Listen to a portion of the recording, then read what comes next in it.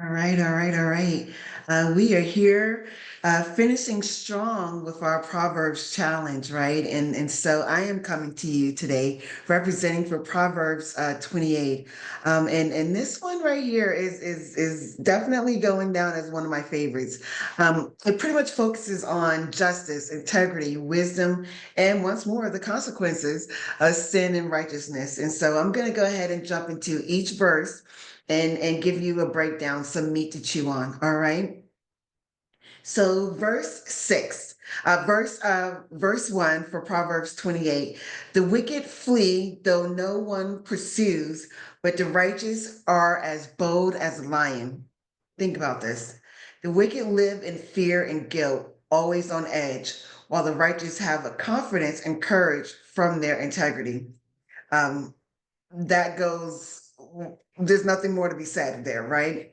Just think about, when people are paranoid sometimes, it's for a reason.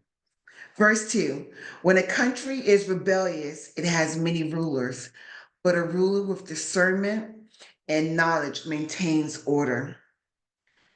Keep this in mind. Rebellion and chaos lead to unstable leadership, but wise and knowledgeable leaders ensure stability. Verse 3, a ruler who oppresses the poor is like a driving rain that leaves no crops. Oppressive leaders, they pretty much destroy communities, offering no benefit, similar to a harsh storm that ruins harvest, right? Too much rain can flood out the seed that has been sown. Verse 4, those who forsake instruction praise the wicked, but those who heed it resist them.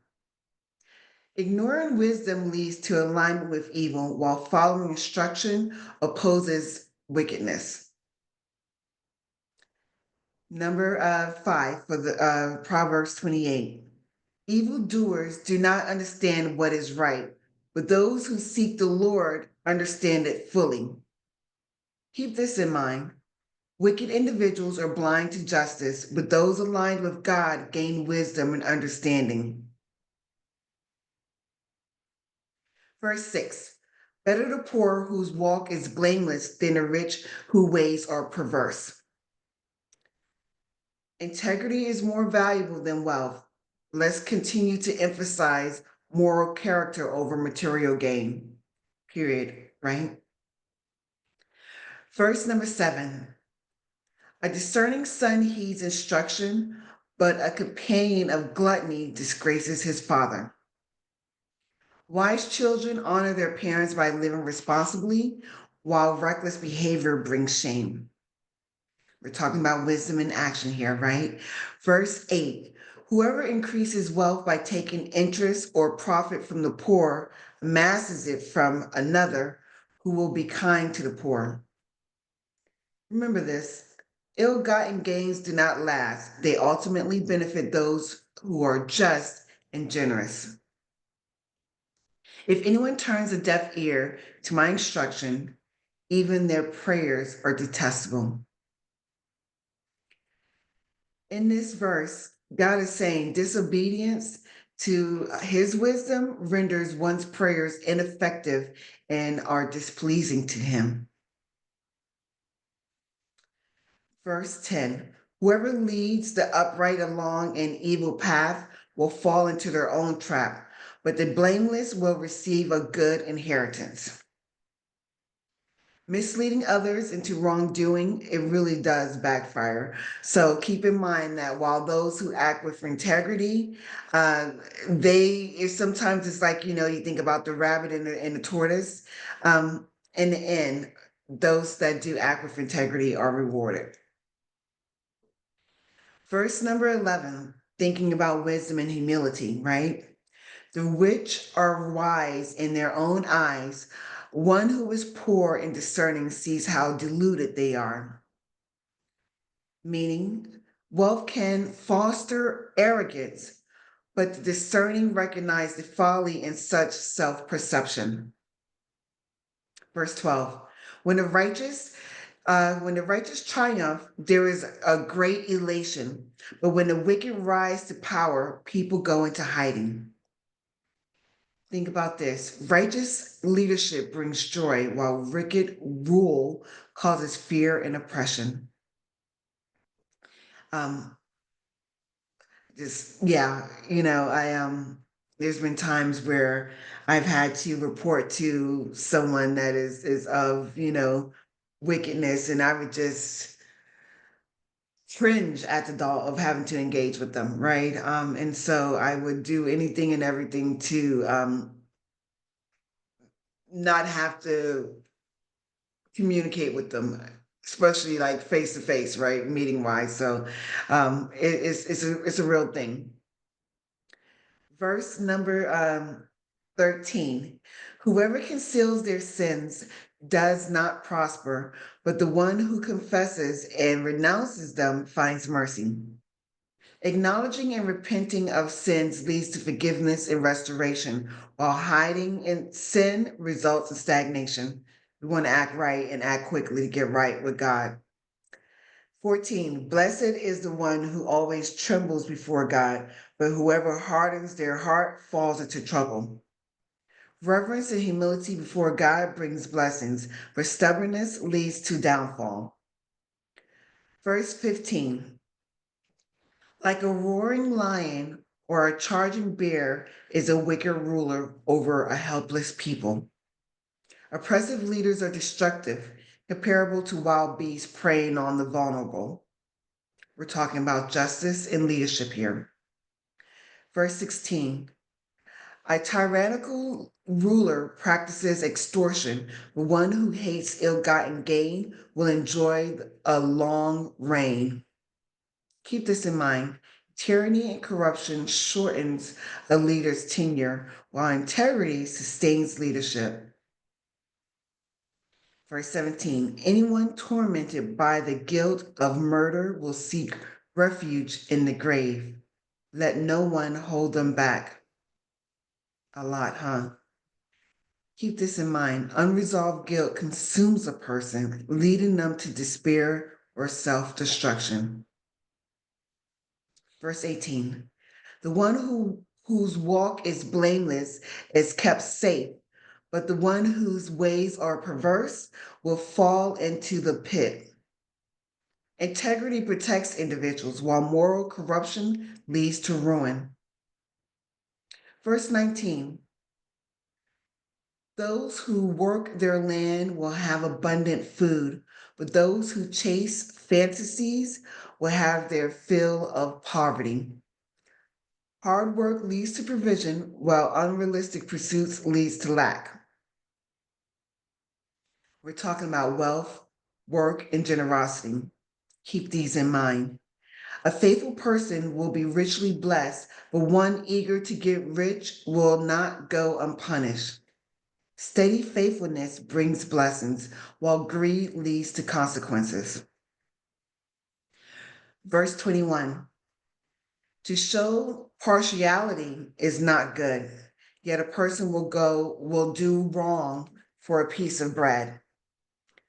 This means favoritism corrupts justice, and even minor temptations can lead to wrongdoing.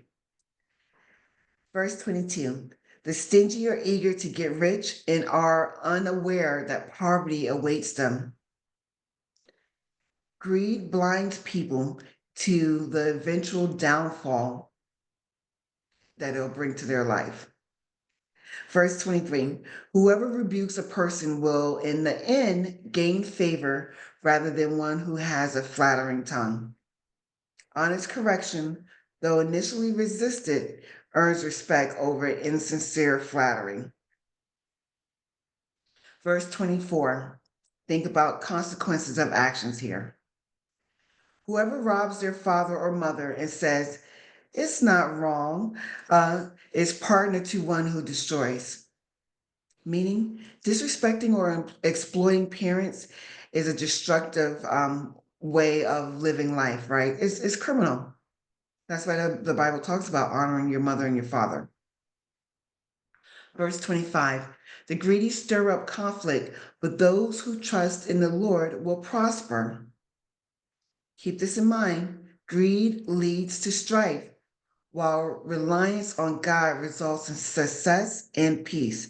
And we know that sometimes when we're trying to do this, instead of giving that thing over to God, we will run ourselves ragged, not to get anywhere at all.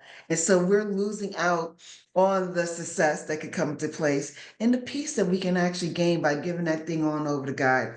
I've been guilty many times. Verse 26, those who trust in themselves are fools, but those who walk in wisdom are kept safe. Self reliance without wisdom is foolish. Wisdom ensures security. Verse 27, those who give to the poor will lack nothing, but those who close their eyes to them receive many curses. Generosity leads to provision, while neglecting the needy invites misfortune. Verse 28, when the wicked rise to power, people go into hiding, but when the wicked perish, the righteous thrive. Keep this in mind. Wicked rulers create fear and oppression. And when this was said in the earlier verse, right? While their downfall brings relief and flourishing for the righteous. This chapter here, it pretty much emphasized once more the value of integrity, wisdom, and generosity while warning against greed, oppression, and wickedness. Um, it's these type of teachings that encourage us all to start living a little more moral, right? And have more reliance on God for guidance and blessings. And so, as always, I want to get into the strong concordance of some of these words, right?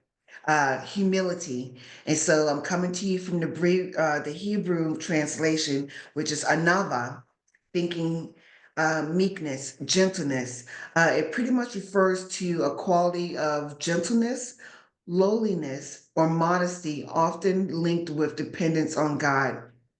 And so when we show humility in our walk here on this earth, you know what I mean? When we show humility to mankind, even our neighbor that we're to forgive 70 times, 7 times 7, right? God, he smiles on that and he provides us with a blessing that is bestowed upon us. Why? Because it shows that we're leaning on God for a greater understanding in our humility, in our walk, in our meekness. Um, Generosity, which in the Hebrew tongue, right, is tempienos. And so this means generous, noble, willing, God, goodness, kindness, and bounty.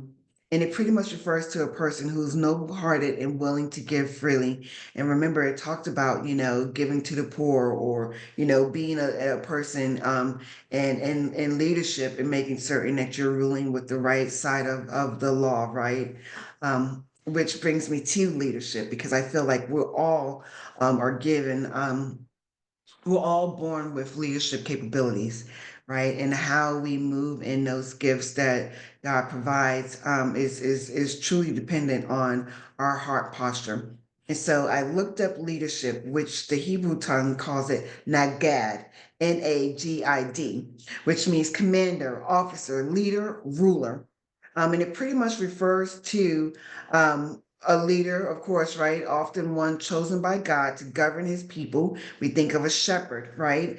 Guiding and caring for people, um, just like a shepherd does with regards to the sheep. And so it's my prayer that in this Proverbs 28 chapter, that you locked in on consequences of our actions, locked in on wealth, work, and generosity, that you locked in on areas in which justice and leadership is a must, that we are to maintain a level of wisdom and humility about ourselves, that we are to put wisdom into action, right?